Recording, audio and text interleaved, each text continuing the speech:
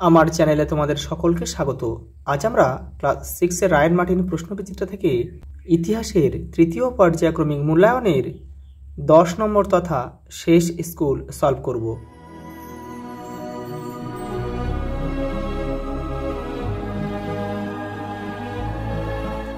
প্রথম প্রশ্ন দেখো, দাক্ষিণাত্যের কালো মাটিতে ভালো চাষ হতো, তুলো। শূন্যকে সংজ্ঞা হিসেবে প্রথম ব্যবহার করেন আর্যভট্ট। বাল্লিক দেশের অপর নাম হলো ব্যাকটেরিয়া। পরেরটা দেখো, প্রথম গুপ্তচর ব্যবস্থা প্রচলন করেছিল কারা? মৌর্যরা। তামিল সাহিত্যকে বলা হয় সঙ্গম সাহিত্য। প্রাচীন বাংলার বন্দর নগর হলো তাম্রলিপ্ত। মহাক্ষত্রপ উপাধি নিয়েছিলেন রুদ্রদামন। মিশরের শাসকদের বলা হতো ফেরাও। এথেন্স ও স্পার্টার যুদ্ধের কথা জানা যায় থুকিডাইসের লেখা থেকে। হর্ষবর্ধনের সহকবি ছিলেন বাণভট্ট। প্রথম রূপোর মুদ্রা ভারতে চালু করেন দ্বিতীয় চন্দ্রগুপ্ত। পরেরটা দেখো, প্রথম লিখিত আইন চালু করেন ব্যাবিলনের রাজা হামুরাবি। ভারতীয় উপমহাদেশে পল্লব নামে পরিচিত ছিল পার্থীয়রা। ফাসিয়ানের মতে নগরের বাইরে থাকতো চণ্ডালরা। পরেরটা দেখো, দয়েব। তোমরা কিন্তু কেউ তীর চিহ্ন দিয়ে মেলাবে না। দয়েব হচ্ছে দেখো জেন্দ আবেস্তা। এটা তোমাদের বইয়ের কিন্তু 47 নম্বর পেজে রয়েছে। এটা শতনাম হবে দেখো বৈদিক মুদ্রা। বড় পাথরের সমাধি ইনামগাঁও। আর যশ দ্বিতীয় বৌদ্ধ সঙ্গীতের সভাপতি ছিল কিন্তু যশ। পালি ভাষা কি দেখো? পালি ভাষা হবে তোমার জাতক। পরের প্রশ্ন দেখো, শূন্যস্থান পূরণ করে দেখো, তামিলনাড়ুর কাবেরীপট্টনম বন্দরে নিয়মিত দূরপাল্লার বাণিজ্য হতো। দেখো বেমানান শব্দটি খুঁজে বের করো। ব্রাহ্মী, সংস্কৃত, খরষ্টি আর দেবনাগরী। এখানে বাদ যাবে দেখো সংস্কৃতটা। কারণ কি বলো তো? দেখো বাকিগুলো হচ্ছে লিপি আর এটা হচ্ছে ভাষা। দেখো চৈত্যের আকার কেমন হয়? লম্বাটে ধরনের। চন্দ্রকেতুগড় পশ্চিমবঙ্গের কোন জেলায় অবস্থিত? উত্তর 24 পরগনা জেলায় অবস্থিত। প্রাচীন বাংলার সূক্ষ্ম সুতির কাপড়কে কী বলা হতো? মসলিন বলা হতো। দেখো বেমানান শব্দটি খুঁজে বের করো। কাশী, কৌশল্য, মগধ, তাম্রলিপ্ত। এখানে তাম্রলিপ্তটা বাদ যাবে। দেখো বাকিগুলো ছিল মহাজনপদ আর এটা একটা বন্দর। দেখো ঠিক না ভুল? দেখো প্রয়াগের মহাদান ক্ষেত্রে 25 বছর অন্তর উৎসব হতো। এটা ভুল, এটা হবে 5 বছর অন্তর। দেখো একটা বিবৃতি দিয়েছে আর কটা ব্যাখ্যা দিয়েছে। এই বিবৃতিটার সাপেক্ষে কোন ব্যাখ্যাটা সঠিক সেটা আমাদেরকে খুঁজে বের করতে হবে। দেখো রোম ও চীনের রেশম বাণিজ্যে কুষাণদের লাভ হতো। দেখো কোন ব্যাখ্যাটা সঠিক? এই এক একটা সঠিক হবে। দেখো কুষাণ শাসকরা এই বাণিজ্য থেকে অনেক শুল্ক আদায় করতেন। এটাই উত্তর হবে আমাদের। পরেরটা দেখো, ফোক ও কি বইয়ের বিষয়বস্তু কি? দেখো তোমাদের বইয়ের 47 নম্বর পেজে রয়েছে। এই বিষয়বস্তু এই যে রয়েছে, দাগ মারা রয়েছে এটা। পরেরটা দেখো, স্ত্রীধন বলতে কি বোঝায়? দেখো তোমাদের বইয়ের 107 নম্বর পেজে রয়েছে। এই যে দেখো, এই যে একে স্ত্রীধন বলা হতো। এইখান থেকে লিখবে এই পর্যন্ত। পরেরটা দেখো, পরেরটা বলেছে হাতিগুম্পা শিলালেখতে কোন রাজার সম্বন্ধে লেখা আছে? কলিঙ্গরাজ খারবেল। এই লেখতে প্রথম কোন শব্দ আমরা পাই? ভারতবর্ষ। পরেরটা দেখো, মুদ্রা রাক্ষস নাটকের বিষয়বস্তু কি? তোমাদের বইয়ের 116 নম্বর পেজ দেখো। এই যে দেখো তোমাদের বইয়ের 116 নম্বর পেজ এই যে এখানে রয়েছে। দেখো নন্দরাজা ধরনন্দকে হারিয়ে চন্দ্রগুপ্ত মৌর্যের সিংহাসন দখলই মুদ্রা রাক্ষসের বিষয়বস্তু। এখান থেকে শুধু এটা লিখলেই কিন্তু হয়ে যাবে। পরেরটা দেখো, অগ্রহার বলতে কি বোঝো? তোমাদের বইয়ের 106 নম্বর পেজে উত্তরটা রয়েছে, দেখে নাও।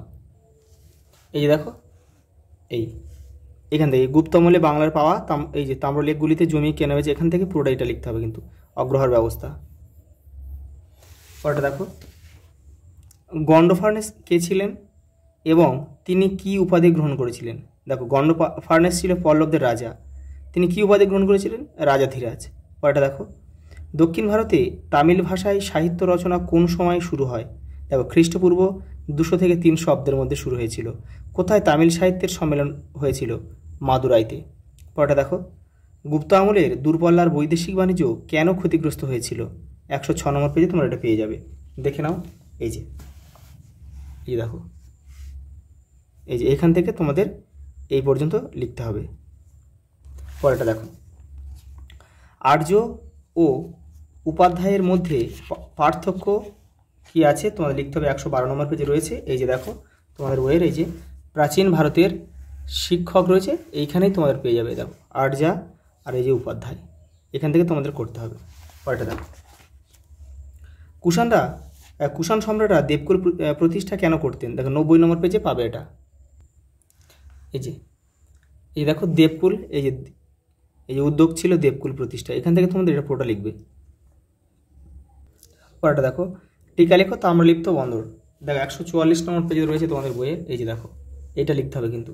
পরের প্রশ্ন দেখো, টিকা লেখো পঞ্চতন্ত্র, 117 নম্বর পেজে। এই যে পঞ্চতন্ত্র, এখান থেকে তোমাদের লিখতে হবে। পরেরটা দেখো, প্রাচীন ভারতে সংঘগুলি কিভাবে কাজ করতো তা লেখো। তোমাদের বইয়ের 106 নম্বর পেজে রয়েছে, দেখে নাও। এই যে দেখো, এই যে এইটা লিখতে হবে। এবারেও কিন্তু কিছুটা রয়েছে। পরেরটা দেখো, প্রাচীন ভারতে পরিবেশ চিন্তা কেমন ছিল? 121 নম্বর পেজে দেখো তোমাদের বইয়ের। এই যে দেখো, এই যে প্রাচীন ভারতের পরিবেশ চিন্তা, এবারেও কিন্তু কিছুটা রয়েছে, এখানে পড়ে তোমাদেরকে ছোট করে লিখতে হবে। এই যে পরেরটা দেখো, টিকা লেখো যবন জাতক, তোমাদের বইয়ের 146 নম্বর পেজে রয়েছে, দেখে নাও। এই দেখো টুকরো কথার মধ্যে রয়েছে, এই যে একটি বই ছিল, এই যে যবন জাতক। পরেরটা দেখো, টিকা লেখো মিনান্দার, তোমাদের বইয়ের 139 নম্বর পেজে রয়েছে টিকাটা। দেখো এই যে এখান থেকে তোমাদের কিন্তু করতে হবে। পরেরটা দেখো, কুষাণ আমলে মানুষ অবসর সময় কেমনভাবে কাটাতো? 104 নম্বর পেজে রয়েছে তোমাদের বইয়ের। এই যে দেখো, এই যে এখান থেকে লিখতে হবে, এই যে এখান থেকে এই পর্যন্ত। পরেরটা দেখো, হর্ষবর্ধনের আমলে শাসন ব্যবস্থা কেমন ছিল তা লেখো। দেখো তোমাদের বইয়ের 94 নম্বর পেজে হর্ষবর্ধনের শাসন রয়েছে। এই যে এখান থেকে এরপরেও কিন্তু অনেকটা রয়েছে, এখান থেকে পড়ে কিন্তু তোমাদের ছোট করে লিখতে হবে। এই যে পরেরটা দেখো, মিশরকে নীল নদের দান বলা হয়েছে কেন? দেখো এই প্রশ্নটা তোমাদের বইয়ের 136 নম্বর পেজে শুধু টাচ করে গিয়েছে, যে গ্রিক পণ্ডিত হেরোডোটাস মিশরকে নীল নদের দান বলেছে, কিন্তু কেন বলেছে সেটা কিন্তু দেওয়া নেই। সেই জন্য আমি কিন্তু এটা রাইন মার্টিন দেখালাম একটু, তোমরা এখানে একটু লিখে নিয়ে। এই যে দেখো মিশরকে কেন নীল নদের দান বলা হয়েছে, এই যে 3টে পয়েন্ট রয়েছে, 4টে, এই 4টে পয়েন্ট তোমাদের লিখতে হবে। দেখো পরের প্রশ্ন, মৌর্য যুগে সমাজে নারীর মর্যাদা কীরূপ ছিল? 101 পেজ দেখো তোমাদের বইয়ের। এই যে এখান থেকে এটা লিখবে। পরেরটা দেখো, পরের প্রশ্ন দেখো, ভারত ও বহির্বিশ্বের মধ্যে যোগাযোগের দুটি মাধ্যমের নাম লেখো। দেখো গিরিপথ, সমুদ্রপথ ও দূত বিনিময়। দেখো ভারতীয় উপমহাদেশের সঙ্গে পারস্যের কীভাবে যোগাযোগ গড়ে উঠেছিল? তোমাদের বইয়ের 137 নম্বর পেজে রয়েছে। দেখো এই দেখো ভারতীয় উপমহাদেশ ও পারস্যের যোগাযোগ, এই যে এখান থেকে তোমাদের লিখতে হবে। পরেরটা দেখো, ভারতীয় উপমহাদেশের বাইরে বৌদ্ধ ধর্ম ও বৌদ্ধ শিক্ষা প্রচারের ক্ষেত্রে কোন কোন বৌদ্ধ পণ্ডিত কী ধরনের ভূমিকা গ্রহণ করেছিলেন তা বর্ণনা করো। তোমাদের বইয়ের 146 নম্বর পেজে রয়েছে, তোমরা এখান থেকে এই যে এখান থেকে এটা করবে। দেখো পরের প্রশ্ন, প্রাচীন ভারতে চিকিৎসা বিজ্ঞান চর্চায় জাতিভেদ প্রথা কীরূপ সমস্যার সৃষ্টি করেছিল? 119 নম্বর পেজে তোমাদের বইয়ের উত্তরটা রয়েছে। এই যে এই প্যারাটা লিখতে হবে কিন্তু। পরের প্রশ্ন দেখো, শক, পল্লব এবং শক সাতবাহন বিরোধ সম্পর্কে আলোচনা করো। দেখো প্রথম শক আর পল্লবটা দেখে নাও, এটা রয়েছে তোমার 140 নম্বর পেজে, দেখে নাও। এই যে শক পল্লবটা এখান থেকে এইটা লিখবে। আর পরেরটা দেখো, শক সাতবাহন বিরোধ সম্পর্কে আলোচনা করো, তোমাদের বইয়ের 89 নম্বর পেজে রয়েছে শক সাতবাহনটা। এই যে এখান থেকে তোমরা এটা লিখবে। দেখো লাস্ট প্রশ্ন দেখো, গুপ্ত সম্রাট সমুদ্রগুপ্তের বা রাজ্য বিস্তার সম্পর্কে লেখো। দেখো 91 নম্বর পেজ দেখো তোমাদের বইয়ের। এই যে এখান থেকে তোমরা লিখবে। এবারেও কিন্তু রয়েছে কিছুটা, এই যে এই পর্যন্ত লিখবে। দেখো তোমাদের কিন্তু এই 10টা স্কুল সব কমপ্লিট হয়ে গেল। তোমরা যারা আর অন্য সেটগুলো দেখোনি তারা কিন্তু চ্যানেলের প্লেলিস্টে যাবে, ওখানে সব 10টা সেটই তোমরা পেয়ে যাবে। আজ এই পর্যন্ত, দেখা হবে পরের ভিডিওতে।